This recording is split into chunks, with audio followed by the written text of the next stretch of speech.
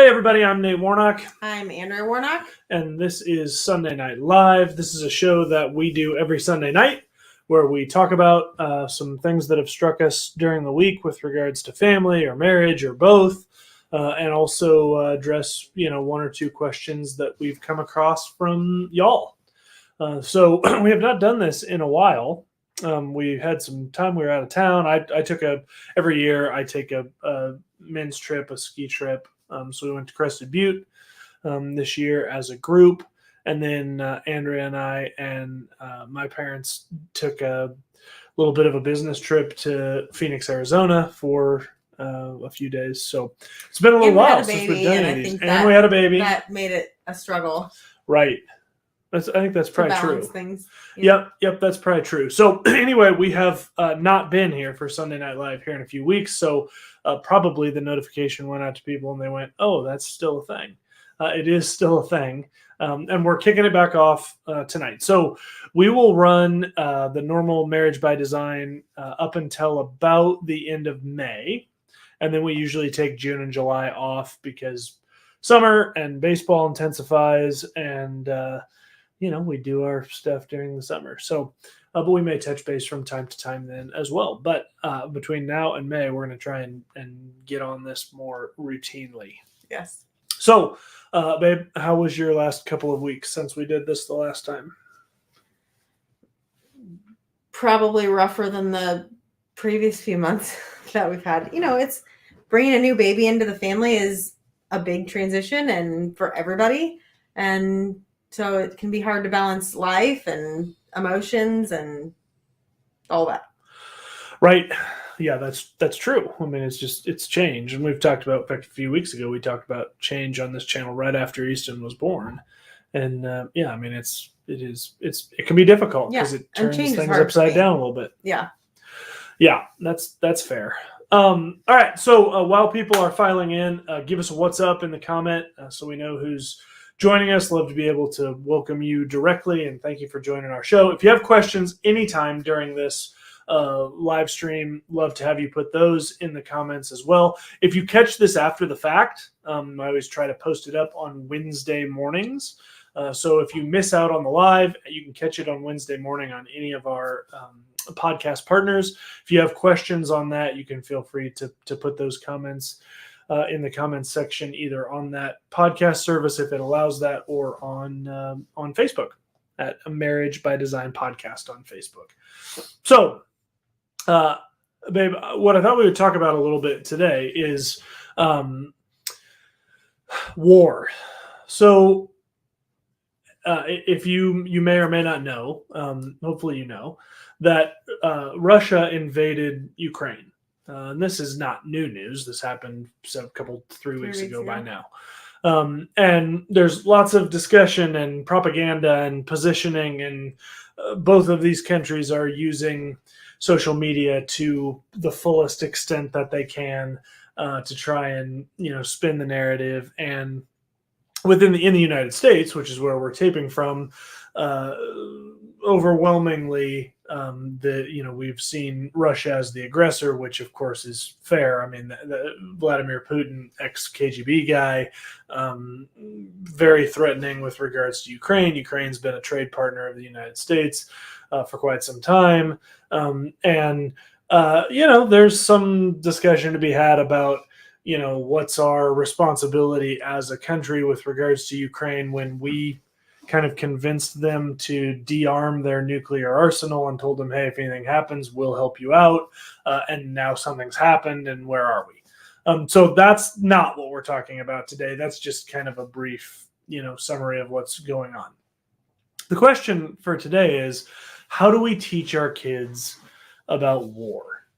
Because war's a reality around us, and, probably for a lot of your kids' lives, if you had young children, for a lot of our lives as upper 30-somethings, we lived in a world that was relatively peaceful, with the exception of terrorism, which of course came on the scene in the United States, way before 2001, but particularly in 2001, we began to see the whole idea of Islamic terrorism and what that looks like, and fighting against Islamic terrorists and all of that.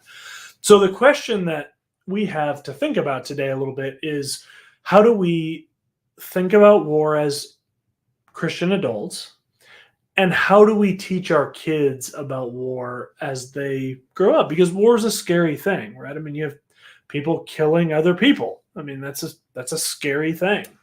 Right. I think that can be hard for anybody, including kids, to really understand the whole No doubt. people killing people thing. No doubt. Yeah, no doubt. Like that's a reality. It's not a video game. It's not something we're just, yeah, it's real. Right. And I think that can be hard to really conceptualize. Right. So here's the first thing that I want to address, and it's kind of base level, but there may be somebody out here that's at this point, because we've met a number of people that were at this point. So we oftentimes we quote the 10 Commandments as saying, "Thou shalt not what? Kill." Right. Right. But that's not actually what it says. So if you go back to Deuteronomy and read it, what it actually says is, "You shall not murder." Mm-hmm. And in fact, if you look at the root Hebrew behind that, it says, "You shall not lie in wait," right? Meaning we should not be people who are going around hunting someone down and killing them with murderous intention. Mm-hmm. So I think the question to ask then, obviously, is, well, what's the difference between killing and murder? And of course, I think there's probably long and complicated answers to that, but for purposes of what we're talking about tonight, we can ask the question, is war murder? And that leads into something that I just wanted to present for people to think about, which is the idea of what we call just war theory. Just war theory. And basically, and I would encourage you, there's a book called Christian Ethics by a guy named Norman Geisler. And it reads like a textbook. And it covers way more than war. It also covers contraception and abortion and a whole range of issues and how we can think about those things from a biblical worldview. This is not something you'd necessarily read with your young kids, but I would encourage you to read it as husband and wife and talk about these things because we can address difficult Christian issues. So anyway, just war theory basically says we should, as believers, be looking for every way that we can to avoid war. Right. Sure. I mean, there's lots of passages in the Bible that say, if at all possible, make peace. Right. Live in unity. And yeah, absolutely. But at the same time, we see in the Old Testament God's command to the Israelite people to go to war against the Canaanite people. Right. And in fact, it was their disobedience of those commands that ultimately led significantly to the downfall of Israel. So when we think about war, we should be trying, first and foremost, we should be trying as much as we can to avoid it. But we live in a fallen world where, because of sin, sometimes unity isn't an option, right? Or sometimes we need to intervene. I mean, think about World War II, to use a classic example. Once the United States was attacked, but also once the United States learned of the atrocities that Adolf Hitler was doing to innocent people in Europe, mm-hmm. I think any of us would say the just thing to do is to intervene on behalf of the innocent people that are being killed. Yeah, it's intervening not for selfish ambition or anybody else's selfish ambition, but for righteousness type of thing. Right. But the other part about just war that's important, the just war theory that's important for us to think about is, when we choose to fight a war, we should be choosing to fight it in the way that ends the conflict the fastest. Mm. And in my humble opinion, this is where the United States screws this up, because we can get caught in this, well, we want to fight this war, but we want to be careful to make sure that we're not offending other people in the way that we fight it. And all of these things begin to come together instead of just going in, kicking butt, and getting out. Mm-hmm. And you might say, well, why does that help? Because statistically, and it's proven in pretty much every recorded conflict of all time, the longer a conflict goes on, the more people die. Not just soldiers, but innocent people, Right. bystanders, Right. So the non-combatants. Yeah. So the best ways to So, right. So if you're going to fight a war, the best way to do it is to go in, pull out all the stops. pull out all the stops, get done what you need to get done, and get out. Got it. And so for us as Christians, my point in all of this, one, the just war theory is for you to think about as adults. For our kids, here's, I think, what we need to help our kids understand. War is not something that God desires. It's not something that makes God happy. In fact, I think it grieves him because of the innocence that people that die and the atrocities that happen during wars.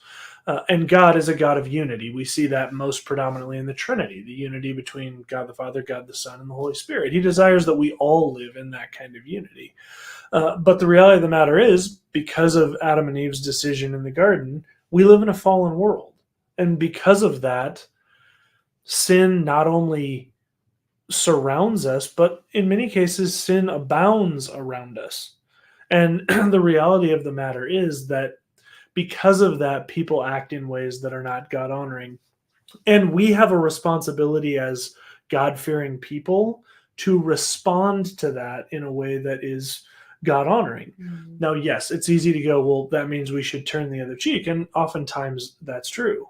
But as countries, as sovereign nations, we also have a responsibility to defend and protect those within our country. And sometimes that involves war. Mm-hmm. Man, the sacrifices that our servicemen and servicewomen and their families in this country and in a number of countries around the world, the things that they put on the line so that we can enjoy freedoms like posting a silly YouTube channel on YouTube and podcasts and all that. I'm so grateful for those folks and the work that they do. But war is not an easy thing to think about, but I do think it's important for us to talk to our kids and help them understand that one, God is sovereign. That means he's in control of all things.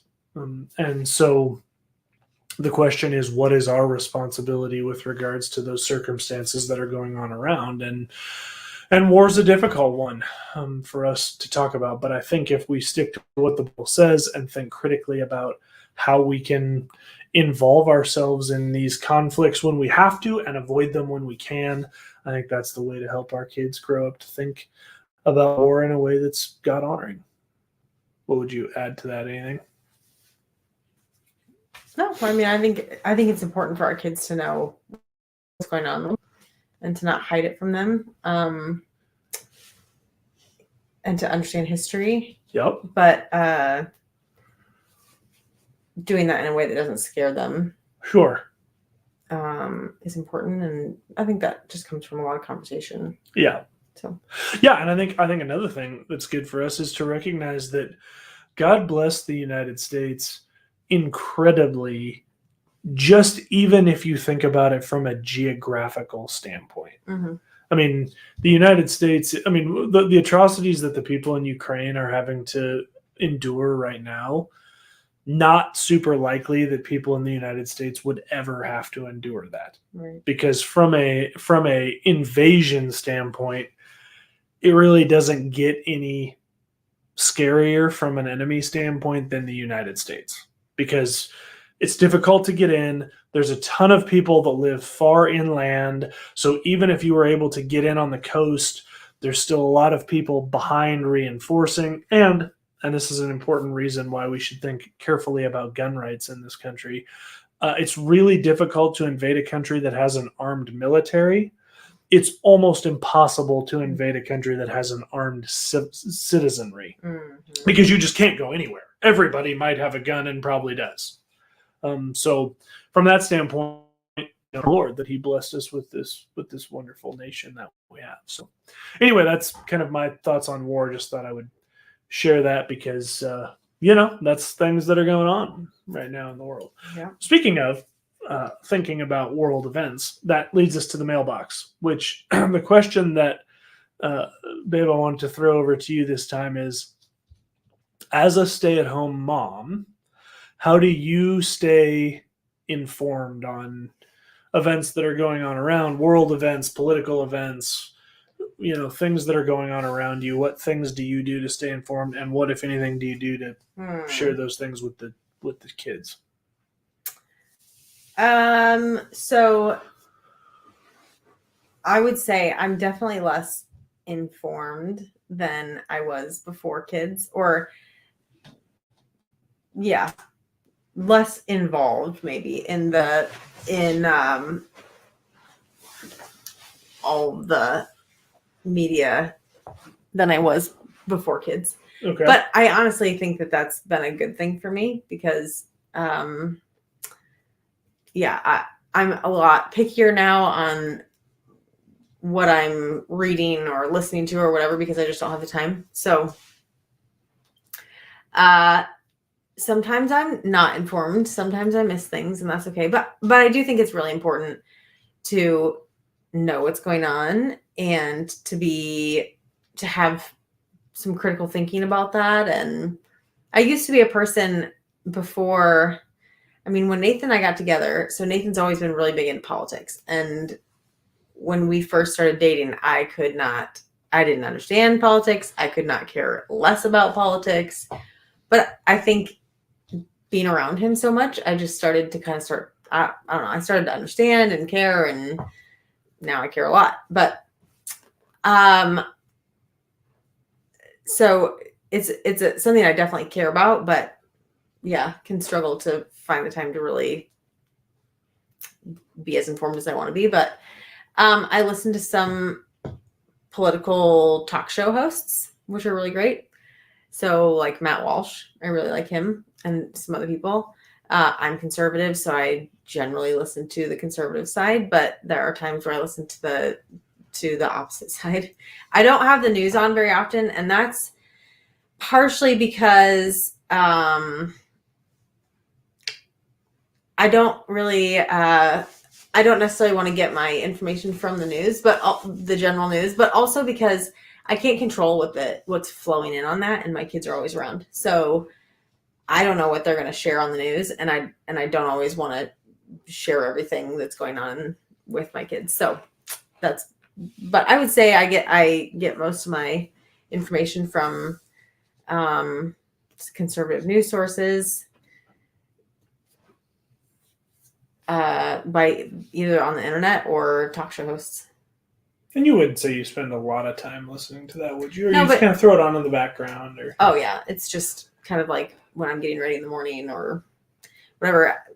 Really, my priority has to be having time with the Lord and getting in the Word. And so if I put that as a priority, a lot of times the political things or the world events don't get as much time because I have to put the Lord as my first priority. So, but you stay pretty informed. There very rarely are there things where I'm like, I'll ask you about an event that's going on in the world, and you're like, I have no idea what you're talking about. Like most of the time, I think it just kind of naturally happens by caring about what's going on in the world. Yeah.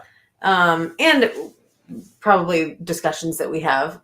I probably just learn things from discussions that you and I have too. Oh. I don't know. It just happens. Yeah. I think it's important to care about politics. It's important to care about what's going on in the world. And if you care, then you'll find a way to get some information. Right. The notification world that we live in now, where things pop up on your phone, this is one area where I think those things can be beneficial. Yeah. Not because, like, I get updates 3 or 4 a day from USA Today. Most of the time, they make me want to punch my phone. But oftentimes, they make me start digging into those stories in other news sources. True. Facebook can be one of the places that I get some information. So just, like scrolling through Facebook, you can see some things that are some current event things that pop up, and then that might make me start, digging into something. Yeah, but that's a good point. Much like as we read the Bible and we dig into it and we think about it critically, please do not confuse Facebook with a reputable news source or anything else. Crap, don't use Marriage by Design as a reputable news source. Like, look into the things that we're saying for your own. Yeah. Right. And anyone that's just telling you, hey, I am the news or I am the science, you should stop listening to that person. Because anyone that's really being honest would tell you, well, this is what I believe and here's why, but you should look into it yourself. So, yeah. Anyway. That probably wasn't a very good answer, but I don't know. That's good. No, it's good. Just, you have to care about it. And if you care, you'll find a way to stay up to date. Right. And for me, here's the other thing for your kids, for getting news to your kids. Start with history. Your kids don't, like, it's not going to, your 11-year-old, it's not going to make a big difference to him if he knows what's going on in Ukraine or not. Right. I mean, But it is going to matter if he understands. I mean, there's history of Russia and Ukraine that's fascinating. Yeah. Or history of the United States and those things that's fascinating. A really great history book that's not a textbook. I never, ever enjoyed history until maybe 10 years ago when I started becoming interested in history. And Nathan's always loved history. For me, it was always academic. I hated anything academic. It was always like I had to learn from a textbook in school, and I had really boring history teachers, and that always just turned me off of history. I never understood it because I didn't care about it. Yeah. So in homeschooling, one of the really great history curriculums, which I hesitate to even call it curriculum because it's so different, is called Story of the World. And it goes from the beginning of time until current day. And they have different books. And it doesn't teach you all of history like you would get in a textbook, but it's more in like story form. But it gets your kids, whatever, a lot of really great information in a really cool way. And so I would say start reading those with your kids, or they have CDs that you can just pop onto. Our kids have loved Story of the World, and it's a great way to get history in a more interesting fashion than just a textbook with terms and all that sort of thing. It's good. It's great. Yeah, well, hopefully that's helpful. I don't know. It's at least a question that's come up. So there you have it. Anything else, babe? No. What are we talking about on Marriage Monday? Marriage Monday. This week we are talking about. Feels like I should put you on the spot. This. Yeah, you did. What were we talking about on Family Friday? I don't know. And we'll come back. I don't know that we figured that. Oh yes. Influencers. Right, and building kids of influence. Yeah, I think that's right. I believe that's right. Yeah. I don't know. It's been a little while since we've. Right. For Marriage Monday, we're talking about what does personal autonomy have to do with marriage, and this was spurred by a Facebook post that I saw on Facebook, obviously, that I'm going to share in that, not directly, but I'm going to paraphrase it to protect the innocent. But I saw a Facebook post from a couple that was splitting up. And this raised a question that I wanted to address on Marriage Monday of what does it mean to have personal autonomy? And is personal autonomy even a thing that we can rightfully claim as Christian couples and as Christian individuals? Cool.